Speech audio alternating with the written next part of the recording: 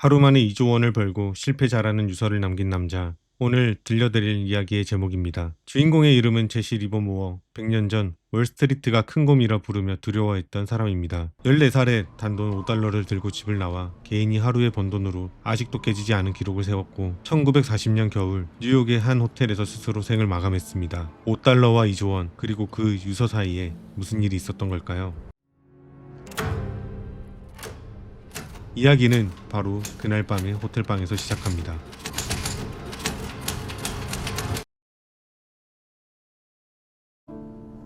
(1940년 11월) 뉴욕. 창밖에는 눈이 내리고 있었습니다. 호텔 방 안에는 한 남자가 펜을 진 채 앉아 있었습니다. 평생 숫자만 적어온 사람이 마지막 몇 줄의 글자를 앞에 두고 펜을 내려놓지 못하고 있었죠. 그의 곁에는 낡은 노트 한 권이 있었습니다. 14살에 5센트를 주고 산 노트였습니다.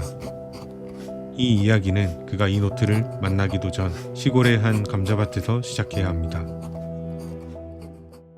그의 아버지는 나쁜 사람이 아니었습니다.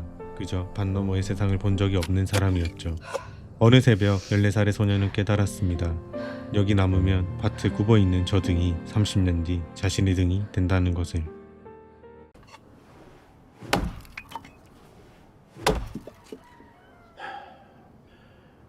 내년부터는 학교 관둬라. 밭이 사람을 기다려주진 않으니. 전 재산은 5달러, 어머니의 앞치마에서 나온 돈이었습니다. 아버지한테는 말 안 해, 마. 밥은 챙기고 다니거라. 훗날 신문들은 그가 하루에 1억 달러를 벌었다고 떠들었지만 그는 말년까지 이렇게 말했습니다. 내 인생에서 제일 큰 돈은 그 5달러였다고. 사흘을 굶은 소년이 들어간 곳은 하필 증권회사였습니다. 운명이었을까요? 사실 그 집 문에는 사람을 구한다는 종이 한 장이 붙어 있었을 뿐입니다. 글씨는 쓸 줄 아나?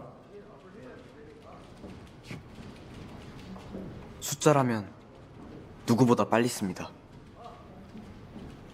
일은 단순했습니다. 전신으로 들어오는 시세를 흑판에 옮겨 적는 것. 하루에 수천 개였습니다. 매일 수천 개의 숫자를 손으로 적다 보면 어느 날 숫자가 말을 걸어오는 순간이 온다고 하죠. 바닷가 아이들은 압니다. 그 파도가 오기 전에 물이 먼저 빠진다는 걸. 주가도 똑같았습니다. 크게 움직이기 전에 늘 같은 모양을 그렸습니다. 소녀는 바로 돈을 걸지 않았습니다. 노트에 예측을 적고 다음날 답을 맞춰봤습니다. 맞으면 동그라미, 틀리면 가위표. 6달을 그렇게 했습니다. 요즘 말로 하면 모의 투자입니다. 확신이 없는 돈은 걸지 않겠다는 14살짜리의 원칙이었죠. 요즘으로 치면 레버리지 몇십 배짜리 거래소와 비슷한 곳이었습니다. 조금만 어긋나도 판돈이 공짜로 날아가는. 여기가 버켓숍이야. 오을지 내릴지에 돈을 거는 데지. 맞히면 얹어서 받고 틀리면 그 자리에서 털리는 거야. 어른들은 거기서 술김에 돈을 걸었죠. 하지만 이 소년에게는 6달치 동그라미가 있었습니다. 첫 배팅 5달러, 돌아온 수익은 3달러 12센트. 지금 들으면 우스운 돈입니다. 그런데 그날 밤 소년은 그 동전들을 침대맡에 두고 잤다고 합니다. 밭에서 하루 종일 담배를 캐도 못 버는 돈을 머리로 벌었으니까요. 그때 그의 나이 15살이었습니다. 19이 되기 전 보스턴의 모든 버킷샵이 그를 쫓아냈습니다. 별명까지 붙었죠. 꼬마 투기꾼. 주머니에는 지금 돈으로 수억 원이 들어있었습니다. 꼬마야, 여긴 운을 파는 데지 확신을 파는 데가 아니야. 다신 오지 마라.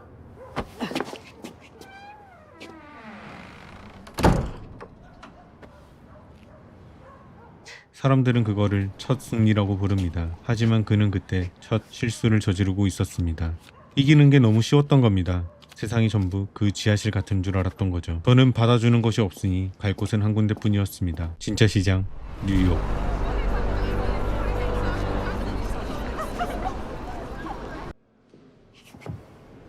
배고에 냈는데 왜 107입니까? 주문이 도착해서 체결될 때까지 시패가 움직이니까요. 여긴 원래 그렇습니다, 손님. 버킷샵에서는 시세판에 뜬 가격 그대로 그 자리에서 배팅이 붙었습니다. 하지만 진짜 시장은 달랐습니다. 주문을 넣은 가격과 실제로 거래되는 가격 사이에는 시간이 있었죠. 몇 분 단위로 사고 팔던 그의 방식에는 그 시간차가 독이었습니다. 뉴욕은 반년 만에 그가 5년 걸려 번 전부를 가져갔습니다. 22살 첫 파선이었습니다. 그날 밤 그는 시장을 저주하는 듯이 노트를 폈습니다. 정말 잘 맞췄던 날들은 몇 분짜리 잔파도가 아니었습니다. 몇 주에 걸친 큰 물결이었죠. 그는 방식을 바꿉니다. 파도를 낚아채는 대신 조류를 탄다. 물이 들어오는 게 확인되면 들어가고 빠지는 게 확인되면 나온다. 확인 전에는 아무것도 하지 않는다. 훗날 추세매매라고 불리게 되는 이 단순한 원칙, 이걸 배우는데 전 재산이 들었습니다. 시장은 원래 수업료를 먼저 받는 학교입니다. 문제는 대부분이 수업료만 내고 수업은 듣지 않는다는 거죠. 몇 년을 기어올라 자기 사무실을 갖게 됐을 무렵 공황이 터졌습니다.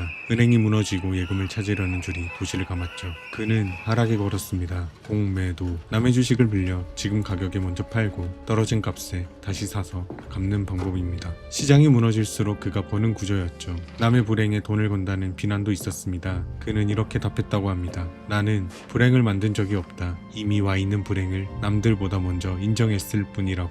그의 그는 하루에 300만 달러씩 벌고 있었습니다. 그러던 어느 오후 손님이 찾아옵니다. JP 모건, 중앙은행이 없던 시절 미국의 은행 그 자체였던 남자입니다. 그런 사람이 감자밭에서 도망쳐 나온 청년에게 사람을 보내 부탁을 했습니다. 공매도를 거두어 주십시오. 이대로면 시장이 아니라 나라가 무너집니다.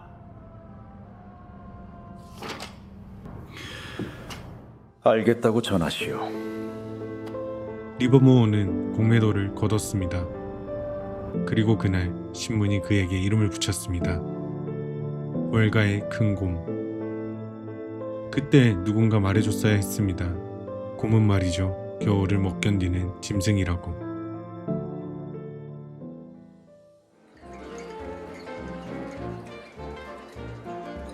이날을 만난 것도 그 무렵이었습니다. 시세는 읽어도 사람은 못 읽었던 남자가 그녀 앞에서만은 읽으려 애쓰지 않아도 편안했다고 합니다. 다들 당신이 시장을 읽는다던데요. 지금 제 생각은 읽으실 수 있나요? 그건 못 읽겠군요. 그래서 좋습니다.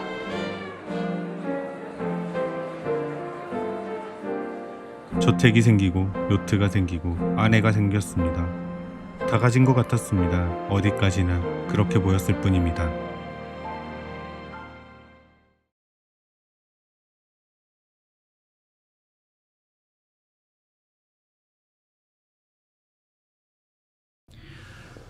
당신은 시세를 읽지만 나는 밭을 읽어요. 퍼시 토마스, 면하이관에서는 미국에서 그를 이길 사람이 없다고들 했습니다. 시세의 천재와 밭의 천재가 손을 잡으면 어떻게 되겠습니까? 말솜씨는 더 대단했죠. 1시간을 듣고 나면 자기 눈보다 그의 혀를 믿게 되는 사람이었습니다. 시세파는 분명히 말하고 있었습니다. 면하는 내릴 자리라고. 그런데 리버모어는 자기 눈 대신 그의 말을 샀습니다. 돈이 더 필요해. 떨어지면 더 샀습니다. 제발. 평균 단가를 낮추면 조금만 반등해도 살아난다고. 스스로에게 중얼거리면서. 요즘은 이걸 물타기라고 부릅니다. 그럴듯한 이름이지만 실제로는 틀렸다는 걸 인정하기 싫어서 지갑으로 고집을 부리는 일입니다. 그는 전 재산을 잃었습니다. 두 번째 파산. 이번에는 빚까지 남았죠. 그 액수만 100만 달러가 넘었습니다. 그날 그는 노트에 세 줄을 적었습니다. 한 줄에 대략 40만 달러씩 주고 배운 문장들이었죠. 이번에는 노트를 접지 않았습니다. 세 줄만 지켰을 뿐인데 시장은 다시 문을 열어줬습니다. 그는 바닥에서 다시 기어올랐습니다. 시장은 잔인하지만 뒤끝은 없는 상대입니다. 어제의 바보에게도 오늘 원칙을 지키면 오늘치 보상을 줍니다. 1929년 여름, 겉으로는 지수가 연일 신고가였습니다. 손님, 철도주 있으세요? 저도 이번 주에 샀어요. 다들 그러던데요. 이제 주식은 안 떨어진대요. 하지만 흑판 앞에서 자란 그 소녀는 알고 있었습니다. 다들 그런다니 파도가 오기 전에는 무섭군. 물이 빠진다. 시장을 끌던 종목들의 불이 하나씩 꺼지고 있었습니다. 그는 석 달에 걸쳐 가진 전부를 하락에 걸었습니다. 그리고 시장은 그를 비웃듯 더 올랐습니다. 계좌는 피를 흘렸고 그는 새벽 3시에 혼자 앉아 100번쯤 물었다고 합니다. 내가 틀렸나? 그럴 때마다 노트를 폈습니다. 시세판이 생각을 바꿀 근거를 보여줬는가? 아니라면 포지션을 지킨다. 확신과 고집의 차이가 뭘까요? 고집은 자기 목소리만 듣고 확신은 시장의 목소리를 듣습니다. 10월 29일 한 시대가 통째로 무너졌습니다. 그날 미국이 잃은 돈 속에서 리버모어는 1억 달러를 벌었습니다. 훗날 누군가 계산했죠. 요즘 돈으로 2조 원이라고. 인생 최고의 날 저녁 그는 무엇을 하고 있었을까요? 아무도 없는 식탁에 혼자 앉아 아무 맛도 나지 않는 수프를 먹고 있었습니다. 신문마다 그는 대공황을 일으킨 남자였고 현관에는 협박 편지가 쌓였고 아내 니나는 겁에 질려 있었습니다. 세상 전부를 이긴 날 집안은 초상집 같았습니다. 계좌가 채워지는 속도만큼 다른 무언가가 비워지고 있었던 겁니다. 1929년에 그 돈으로 그가 제일 먼저 한 일은 요트를 사는 게 아니었습니다. 20년 전 면화 때 진 빚, 법적으로는 이미 사라진 빚을 이자까지 쳐서 전부 갚았습니다. 이유를 묻는 사람들에게 그는 말했습니다. 시세판 앞에서 평생을 산 사람이 지킬 수 있는 명예는 그거밖에 없다고. 시장에서 그의 판단은 자주 틀렸지만 그의 서명은 한 번도 부도난 적이 없습니다. 대공황 이후 세상은 그 같은 사람들이 다시는 뛰지 못하게 만들기로 작정했습니다. 규칙이 바뀌고 감시가 붙고 그가 알던 시장은 더 이상 없었습니다. 22살의 그였다면 노트를 펴고 방식을 뜯어 고쳤을 겁니다. 하지만 신이 넘은 그는 그러지 못했습니다. 몸이 아니라 마음이 늙어 있었습니다. 머릿속에 안개가 끼기 시작했고 시세판의 숫자가 14살 이후 처음으로 아무 말도 걸어오지 않았습니다. 니나는 오래 견뎠습니다. 하지만 무너지는 남자 곁에서 그녀까지 함께 어두워지고 있었죠. 그는 훗날 문이 닫히던 소리를 기억한다고 적었습니다. 아주 조용한 딸깍. 평생 딸깍 소리로 돈을 벌었던 남자에게 가장 비싼 딸깍이었습니다. 그리고 가장 잔인한 일이 벌어집니다. 그래 더 사게. 곧 돌아올 거야. 한 줄에 40만 달러씩 주고 배운 그 세 줄을 그가 제 손으로 전부 어긴 겁니다. 확신이 없으니 남의 말에 기댔고 틀린 걸 인정하기 싫으니 물을 탔고 끊어야 할 자리에서 곧 돌아온다고 중얼거렸습니다. 30년 전 면화 때와 토시 하나 다르지 않게. 원칙은 아는 사람이 아니라 지키는 사람을 지켜줍니다. 1934년 네 번째 파산, 이번에는 다시 일어나지 못했습니다. 죽기 몇 달 전 그는 책을 한 권 냈습니다. 재산 4번을 수업료로 바치고 배운 것들 그 3줄까지 전부 적었습니다. 하지만 아무도 사지 않았습니다. 이유는 간단하죠. 파산한 트레이더의 투자책을 누가 사겠습니까? 사람들은 방법이 아니라 결과를 사니까요. 그런데 말입니다. 그 책의 방법들은 그가 지켰던 모든 해에 단 한 번도 배신한 적이 없습니다. 배신한 것은 방법이 아니라 그 자신이었던 거죠. 다시 1940년 겨울의 그 호텔 방입니다. 사람들은 묻습니다. 2조 원을 번 사람이 왜 스스로를 실패자라고 불렀을까? 돈 이야기가 아니었습니다. 그는 답을 알고 있었습니다. 노트에 자기 글씨로 3줄로 적혀 있었습니다. 책으로 찍어 서점에 깔아놓기까지 했죠. 알면서도 지키지 못하는 것. 세상에 그것보다 비싼 실패는 없습니다.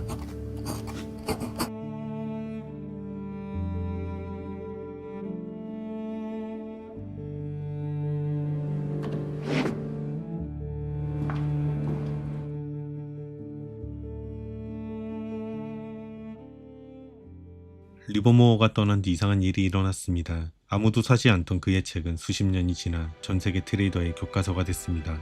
그리고 100년, 흑파는 손바닥 위에 액정이 되었고 곰과 항소는 이제 코인 차트 위를 달립니다. 그런데 이상할 만큼 달라진 게 없습니다. 모두가 영원히 오른다던 1929년의 뉴욕과 모두가 이번엔 다르다던 코인 불장의 꼭대기, 그를 무너뜨린 3가지, 말, 물타기, 끊지 못한 손실. 오늘 밤 어딘가에서 계좌가 녹고 있는 이유도 정확히 그 3가지입니다. 하나 달라진 건 있습니다. 그는 10배 레버리지로 거래했지만 우리는 그 몇 배를 손가락 하나로 걸 수 있죠. 그의 교훈은 100년 전보다 지금이 더 무겁습니다. 그는 시장의 답을 아는 데선 역사상 최고였죠. 그리고 그 답을 지키는 데서 무너졌습니다.